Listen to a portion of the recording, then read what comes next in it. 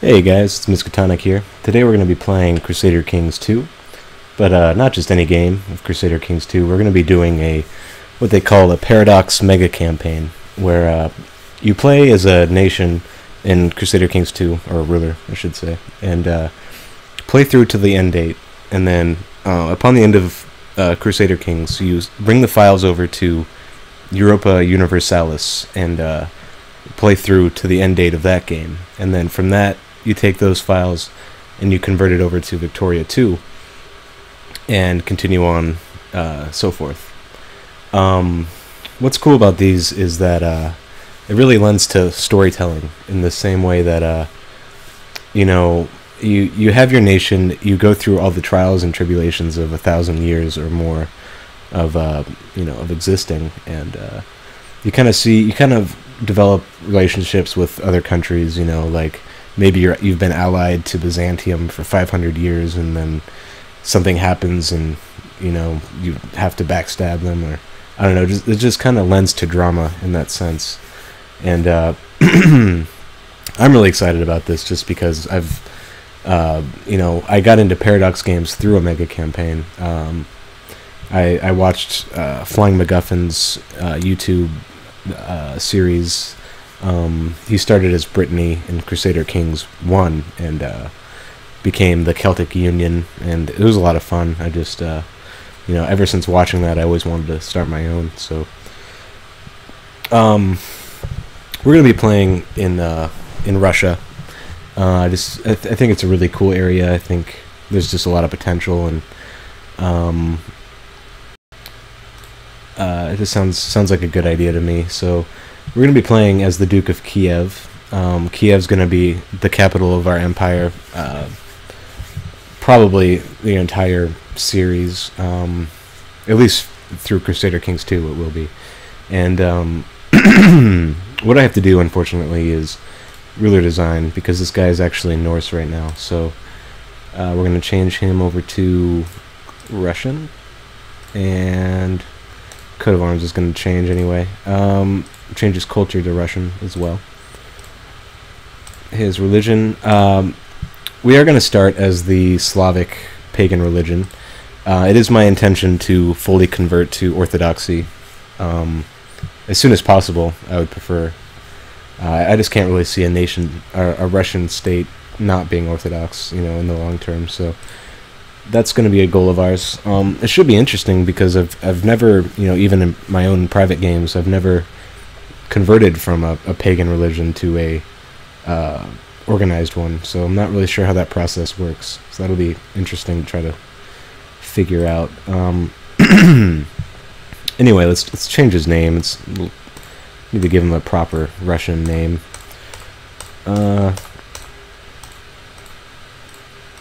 Let's give him a good one. Igor?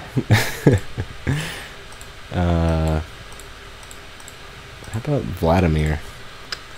I'm not really sure if I'm going to spell this right, but looks okay to me. Vladimir Menshikov, Pushkin, Okonichi, Rostislavich, Skuratov. Anything pronounceable would be good. Romanov? Vladimir Romanov. No. How about Dostoevsky? Is that how you spell that? Dostoevsky? I'm going to look that up really quick. Forgive me. I think that's right. I'm going to keep randomizing a little bit. Dostoevsky. Dostoevsky. Okay, I did spell it right. Alright, that's good. So yeah, we're going to be Vladimir Dostoevsky. And we'll come back to traits in a bit. I want to make him, a proper Slav first. I did get the Russian portraits. They're kind of subtle. It's not, I would confuse some of these for a Norseman, dare I say it. I like that head. Let's see if I can give him a bigger beard. Beards are very important. Yeah, I like that. Go with that. We'll change his coat of arms. I kind of liked the one I had. It was a black and yellow. Yeah, kind of like that too. We'll go with that. And a big tree. Sounds good. Alright, so we got King Vladimir the First. We'll give him some traits. We'll have him take wounded, and we'll make him a genius. And we will give him patient. And you know, content is not terrible. It gives you 16 years to play with, and it's only -1 intrigue. There might be a negative vassal opinion with content. I'm not actually sure about that, but we can take a look at that. Obviously, if they're ambitious, that might cause an issue, but it already does anyway, being ambitious. So, I'm thinking cruel for the second one. There isn't an opinion modifier with cruel, but that's okay. I mean, we could take Saeed and make him the lost Russian descendant of Muhammad.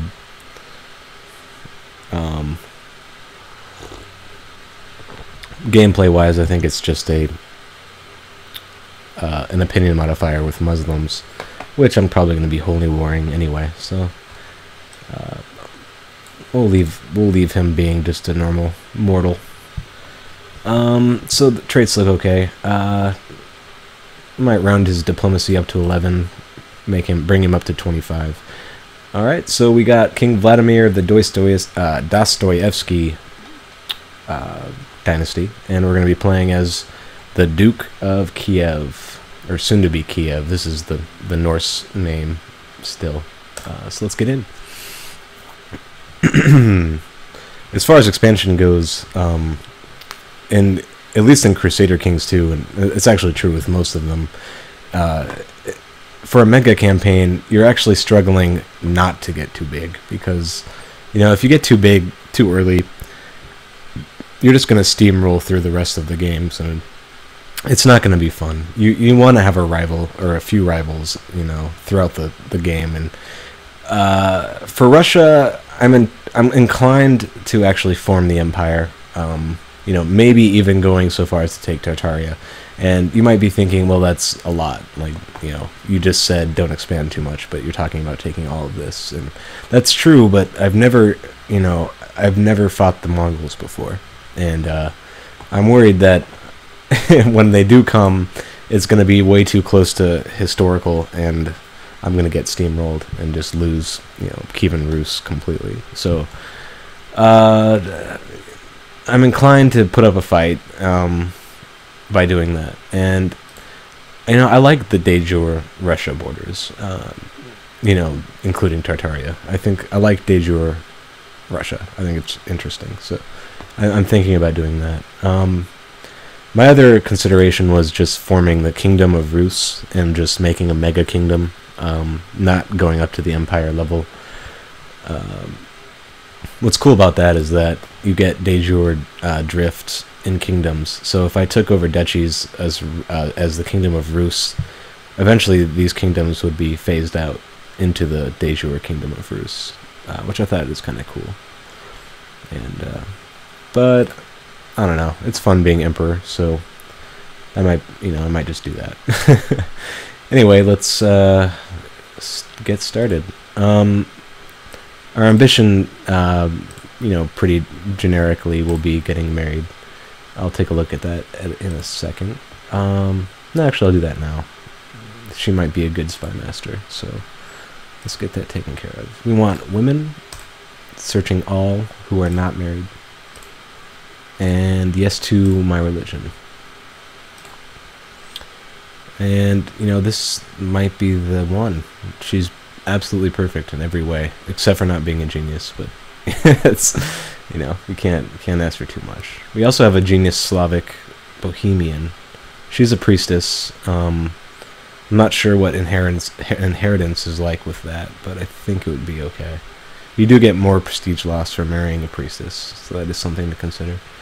Other than that, nothing, no congenital traits standing out to me anyway. We'll look at stewardship.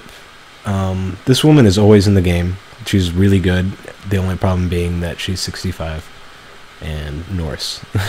But I definitely would take those stats on a younger woman. Yeah, I'm thinking that Spymaster chick is the one. She's the love of Vladimir's life. I got a Pomeranian, decent. But yeah, I'm gonna have to go with Gratislava, Spymaster of Dragovici. Elusive Shadow, Temperate. Yeah, she's perfect. Just perfect. All this being said, hopefully they let her go. Okay, they do. I do get a negative 200 prestige hit for marrying a lowborn courtier, but can't put a price on love, I guess. Well, I suppose you can. I guess the price is 200 prestige, but never mind. Okay, so our council, we have a 21. Our council mostly hates us for the most part. Here we go. Negative 15 marshal. Steward. Yeah, you're fine. Our spymaster will probably be our wife, actually, as soon as she gets here. We only have one diviner to choose from. So we don't really need to fabricate claims. Just because we're pagan, we can, just conquest whenever we want, really. So this guy is going to be improving relations down here with the Basilius of Byzantium. My hope being that if he likes us, he'll be more inclined to send missionaries to try to convert us to Orthodoxy, because that is my goal. I wouldn't mind if you waited until after we use the subjugation casus belli a lot, but sooner the better, just to make conversion easier. So our marshal will be training troops, or actually, yeah, I guess he is. He's going to be training troops. He's going to be training troops in Kiev. This guy will be collecting taxes in Kiev, and our spymaster will be studying technology in Constantinople. It seems to be the most advanced place throughout the game, unless Byzantium falls, or until you get bigger than them. And then this guy will be researching cultural tech. Okay, so that's our council, and I want to do this. And alright, technology's all good. Our military is in, laughing. It's laughable at this point. We got about 500. Intrigue, nothing interesting. What is this? This must be a Slavic thing. The fertility god Gerillo and Perun, and the coming of spring with a great festival. I guess it's just a festival, like a Christian one, but named differently. We have no valid plots, no factions, religion. Yeah, it's at 25. It's not very good. Also, long term, I do want to stay in close terms with Byzantium. They are our Orthodox. Well, we're not Orthodox yet, but they will be our Orthodox brothers, and they will be hopefully in control of most of the Orthodox holy sites, because once we convert to Orthodox, we're not going to have access to those holy sites. So if Byzantium loses them, we're either going to have to come down here and conquer them ourselves, or you know what I'm saying. It's going to be a mess if Byzantium's weak. So that's what we're going to do. We're going to help them, hopefully ally with them as much as possible. Maybe a late-term goal, getting a Dostoevsky on the throne of Byzantium. It'd be kind of fun. But anyway, one other thing I am considering is, since my original ruler was Norse before I used the designer, all of his vassals in Kiev are also Norse. And that's fine for these guys, for these holdings for now, because temples and cities elect their leaders from the population, the population being Russian. Eventually these guys will become Russian as well. But baronies, they inherit through bloodline, and culture will generally, transfer through the bloodline. So I'm thinking I'm just going to revoke this guy's holding. It might be a terrible move by, any standard. That might be just a terrible, terrible idea, but I'm going to do it. One thing that could happen... Alright, he's a 5% chance of revolting. If he does revolt... Oh, he says no. Okay. Yeah, if he does revolt, I don't think I have enough troops to break through his defenses. So I'd either have to wait till mercenaries or... I don't know. Yeah, so I can't do it right now anyway. That's fine. So we'll just play through.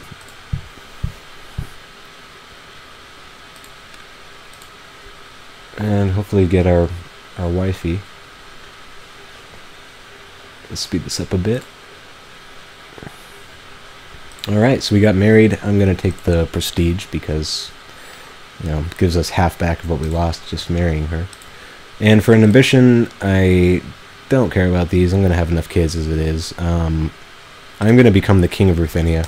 And what this does as a pagan is it allows you to use your subjugation casus belli infinitely on any ruler within the kingdom that you have the ambition for. So usually a ruler will only be able to use a subjugation casus belli once in their lifetime. If you have the ambition to become a king of a certain location, then you can use that CB infinitely. So that's very useful. Very useful. Right now, I don't think I can fight anyone at all with the troops I have, so I believe I need to wait until I have enough money from mercenaries. Certainly the best mercenaries, I believe, at this point in the game are probably the... not the Allen, where are they? Uh-oh. Is it the Turkic? I don't see them. Here they are, the Cumans, the Cuman band. They start out with over 1,000 horse archers, which no one really can beat at this stage. They're very strong. So once they have 90 gold and that's, not horrible income, I might just raise them up. Okay, but anyway, our wife's here. I'm going to put her on our council as the spy master. She hates me. Oh, short reign penalty. That's right. Short reign penalty is brutal as a pagan. But, what's wrong with having a spy master that hates you, right? Especially when that's your wife. I can't see anything wrong with that. So we'll put her there. And yeah, it's just going to be a game at this point of hopefully getting some tax income and tax event income. And as soon as we get money, it's going to be probably conquest after conquest.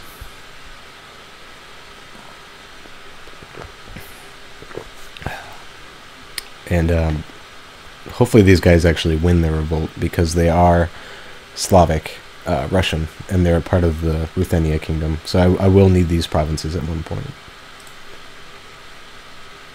Alright, so we got some more troops. Still not, anything to be afraid of, but getting there. Slavic, being a defensive pagan religion, are going to have really high garrison counts, so we will need mercenaries. It's just a given.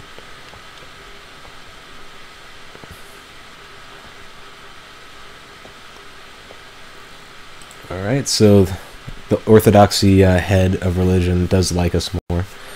I'm sure there's probably not any effect to being converted in that, but it makes me feel better. And it looks like no one really wants to vote for this, unfortunately. And it's probably because they all hate me.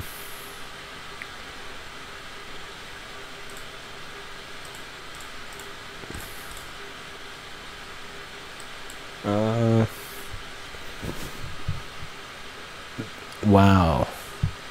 I'm assuming that a disastrous hunt could kill me. I'm thinking a disastrous falconry won't. Of course, if we die, that's game over.